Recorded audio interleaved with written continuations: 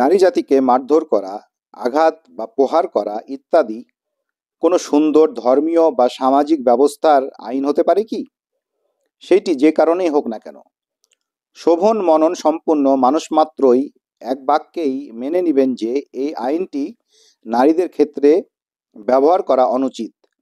দুঃখের বিষয় এই যে কোরআনের সূরা নিসার 34 নম্বর আয়াতের দোহাই দিয়ে এই অনুচিত কর্মকাণ্ডকে শরীয়তের অন্তর্ভুক্ত করা হয়েছে। এই ভিডিওটিতে কোরআনের বিবিধ পাতা থেকে বিভিন্ন আয়াত নিয়ে হলিস্টিক মেথড ব্যবহার করে স্ত্রী প্রহারের এই বিষয়টির সঠিক ব্যাখ্যা তুলে ধরার প্রয়াস নিয়েই এই ভিডিওটি তৈরি করা হয়েছে। আসুন ইসলামের এই কন্ট্রোভার্সিয়াল আইনটির আসল স্বরূপ জানার চেষ্টা করি।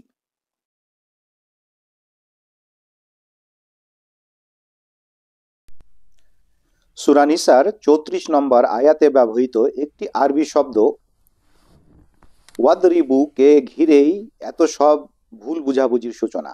আমরা হয়তোবা জানি যে কোরআনের একটি অর্গানিক বৈশিষ্ট্য হচ্ছে যে কোরআনের একটি আয়াতের ব্যাখ্যা ওই আয়াতের বিষয়বস্তুর সাথে সম্পর্কিত অন্যান্য আয়াত থেকে করা যায়।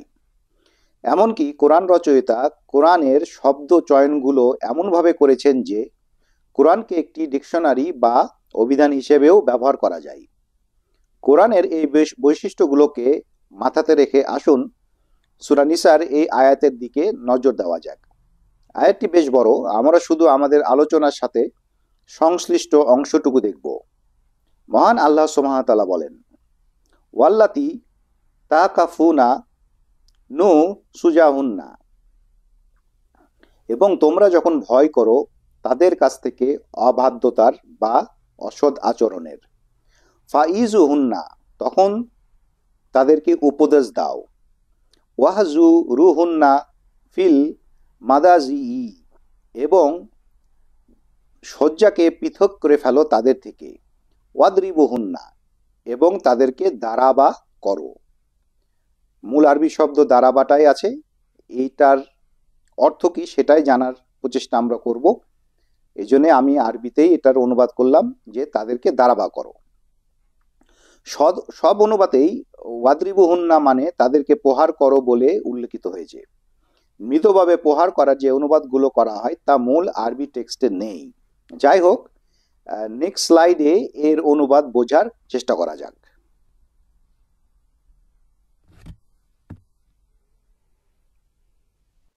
ওয়াদরিবুহুন্না যে মূল ক্রিয়াটি থেকে উদ্ভূত তা হলো দাঁড়াবা।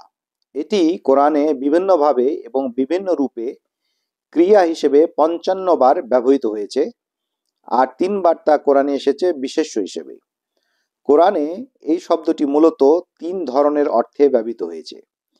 কোরআনে এই শব্দটি সবচেয়ে বেশি ব্যবহার হয়েছে কোনো উদাহরণ স্থাপন বা উপস্থাপন করতে, যেমন কিনা দারাবা লাকুম মাথালান মিন আনফুসিকুম। আল্লাহ সুবহানাহু ওয়া তাআলা কোরআনে একটি উদাহরণ তুলে ধরার জন্য দারাবা শব্দটা ইউজ করেছেন।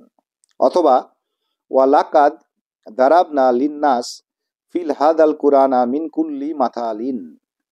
অথবা সূরা ইয়াসিনের বহুল পঠিত আয়াত ওয়াদরিব লাহুম মাথালান আসহাবাল কারিয়া ইজাল মুরসালুন। অথবা ওয়া দারাবা লানা মাথালান ওয়া নাসিয়াল খালকা কালা মাইউল ইজামা ওয়া হিয়া রামিম। এ ধরনের অনেক আয়াত আছে যেখানে আল্লাহ সুবহানাহু ওয়া তাআলা বা এই আয়াতটা দারাবাল্লাহু মাথালান রাজুলান ফিহি সুরাকাউ মুতাসাকা কিসুন, এ ধরনের অনেক আয়াত যেখানে আল্লাহ সুবহানাহু ওয়া তাআলা দারাবা শব্দটি ব্যবহার করেছেন কোনো উদাহরণ উপস্থাপন করার জন্য। কিন্তু দারাবা এর এই অর্থটি লিঙ্গুইস্টিক্যালি বা লিটারালি কোনোভাবেই সূরা নিসার এই আয়াতের সাথে সামঞ্জস্যপূর্ণ নয়। এই শব্দের বাকি 2টি অর্থ যা কোরআনের ভিতরে পাওয়া যায় তা হলো আঘাত করা বা প্রহার করা, এটা আমরা প্রথমেই দেখেছি, এবং অপরটি হলো ছেড়ে চলে যাওয়া বা প্রস্থান করা বা এক জায়গা থেকে অন্য জায়গায় যাওয়া বা যাত্রা করা। এই 2টি অর্থই এই আয়াতের সাথে শাব্দিকভাবে সামঞ্জস্যপূর্ণ। আরবি ভাষার 2টি জগৎ বিখ্যাত কামুস বা অভিধানেও দারাবা এর এই দুইটি অর্থই বহুলভাবে লেখা আছে। যেমন আপনাদের স্ক্রিনে দেখতে পাবেন যে ইবনে মানজুরের 1300 শতাব্দীর লিসান আল আরাব অথবা হ্যান্স উইরের দুইটি অভিধানেই এই এন্ট্রিগুলো খুব বেশি করে লেখা আছে। যাই হোক, যদিও বলছিলাম যে আঘাত করা বা চলে যেতে দেওয়া উভয় অর্থই 34 নং আয়াতের সাথে সামঞ্জস্যপূর্ণ হতে পারে, তবে কোরআনের স্পিরিট এর সাথে স্ত্রীকে প্রহার করা বা আঘাত করা কথা অর্থটি সামঞ্জস্যপূর্ণ নয়। উপরন্তু যেমনটি প্রথমেই আমরা বলেছিলাম যে যদি আমরা এই আয়াতের হলিস্টিক অ্যানালাইসিস করি তবে দেখব যে এই শব্দের অর্থ এই আয়াতে ছেড়ে দেওয়া বা চলে যেতে দেওয়া বোঝাতেই অধিক মানানসই হবে। পরের আলোচনাগুলো থেকে এই বিষয়টি আরো সুপ্রতিষ্ঠিত হবে বলে আমাদের বিশ্বাস। আমাদেরকে খুব বেশি দূরে যেতে হবে না। এই সূরা নিসারই 94 এবং 101 নং আয়াতের দিকে তাকালে আমরা দেখতে পাই যে এই দারাবা শব্দটি উভয় আয়াতেই যাত্রা করা বা ভ্রমণের উদ্দেশ্যে বের হবার জন্য ব্যবহৃত হয়েছে। প্রকারান্তে সূরা নিসার এই দুই আয়াত সূরা নিসার 34 নং আয়াতের ব্যবহৃত একই শব্দ দারাবা এর মানে কি হতে পারে তা নির্ণয়ের লক্ষ্যে যথেষ্ট গুরুত্বপূর্ণ ভূমিকা পালন করছে। শুধু এই সূরাতেই নয়, কোরআনের বহু আয়াতে এই শব্দের অর্থ স্পষ্টভাবে করা হয়েছে, আর তা হলো কোনো স্থান ত্যাগ করা, ভ্রমণ করা, যাত্রা করা ইত্যাদি। ফুটনোটে এই আয়াতগুলো সম্মানিত ভিউয়ার্সদের সুবিধার্থে তুলে ধরা হলো।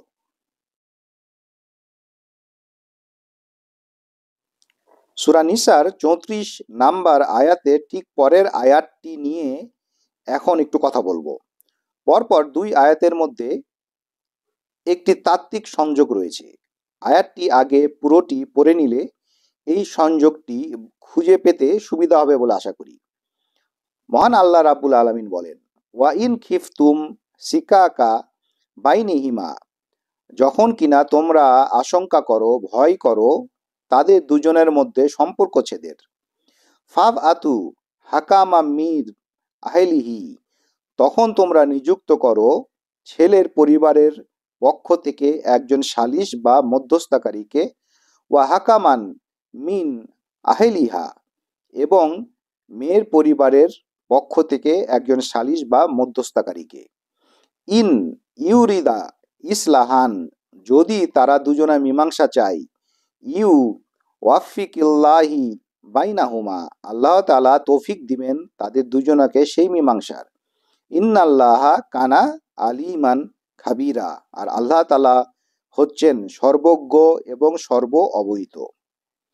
এর পূর্বের আয়াতটিতে নির্দেশ দেওয়া হয়েছিল স্বামীদেরকে যে অবাধ্য স্ত্রীর বিষয়ে তাদের করণীয় কি, কিন্তু এই আয়াতের শ্রোতা হচ্ছে বিচ্ছেদ সম্ভা স্বামী স্ত্রীর পরিবার পরিজন। তারা একসাথে বসে উভয় পরিবার থেকে একজন করে প্রতিনিধি নিযুক্ত করবেন, যারা কিনা তাদের ছেলে মেয়েদের মাঝে মিল মীমাংসা করানোর আপ্রাণ চেষ্টা করবে। স্বামী যদি তার স্ত্রীর গায়ে হাত তুলে এবং তাকে মারধর করে, তবে স্বাভাবিকভাবেই স্ত্রীর পক্ষের পরিবারের সদস্যদের প্রশ্নই ওঠে না যে তারা মীমাংসার জন্য ছেলের কাছে বা ছেলের পরিবারের কাছে ধর্ণা দিবে।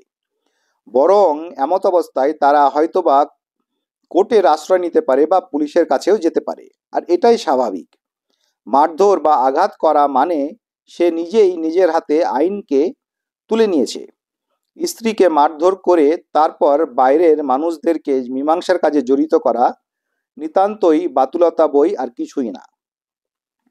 তাই সূরা নিসার 35 নাম্বার আয়াতের যৌক্তিক উপযোগিতা তখনই খুঁজে পাওয়া যায় যখন কিনা আয়াত 34 এর দারাবা এর অর্থ করা হবে এভাবে যে স্বামী তার স্ত্রীকে তার প্রীতিগৃহে যাওয়ার ব্যবস্থা করে দিবে, এবং এভাবে স্ত্রীর পরিবার এই বিষয়ে অবহিত হয়ে ছেলের পরিবারের সাথে যোগাযোগ করার মাধ্যমে তাদের এই তালাক ঠেকানোর জন্য প্রয়োজনীয় ব্যবস্থা নিবে। আশা করি সূরা নিসার এই 34 এবং এই 35 নাম্বার আয়াতের মধ্যে যে একটা সামাজিক তাত্ত্বিক সম্পর্ক আছে তা বিজ্ঞ ভিউয়ার্সদের বুঝতে বেগ পেতে হচ্ছে না। এবার আমরা সূরা নিসার বাইরে অন্য একটি সূরা নিয়ে কথা বলবো। সূরা তালাকের এই প্রথম আয়াতটি সূরা নিসার 34 নম্বর আয়াতকে কমপ্লিমেন্ট করে। এই আয়াতে স্বামী স্ত্রীর তালাক সংক্রান্ত জটিলতার সময় ইদ্যত গণনার প্রয়োজনীয়তা তুলে ধরার পাশাপাশি তাদেরকে তাদের গৃহে থাকার বা গৃহ ত্যাগ করার শর্তগুলো তুলে ধরা হয়েছে। মোটা দাগে তাই বলা যেতে পারে যে সূরা তালাকের এই প্রথম আয়াতটি সূরা নিসার 34 নম্বর আয়াতে স্ত্রীকে তার পরিবারের কাছে পাঠিয়ে দেওয়ার ব্যবস্থা করাকে সমর্থন করে, স্ত্রীকে প্রহার বা আঘাত করাকে নয়। এবার হাদিসের কিতাব থেকে আমরা একটি ইন্টারেস্টিং বিষয় দেখব। হাদিসুল ইফক নামে বিখ্যাত এই হাদিসটি হাদিস শাস্ত্রের বহু কিতাবে সহিহ সনদে বর্ণিত হয়েছে। রেফারেন্স স্বরূপ বুখারী শরীফ ও মুসলিম শরীফের কিতাবুল মাগাজি, কিতাবুল তাফসির, কিতাবুল শাহাদা এবং কিতাবুল তাওবা এর হাদিসগুলো দেখে নিতে পারেন।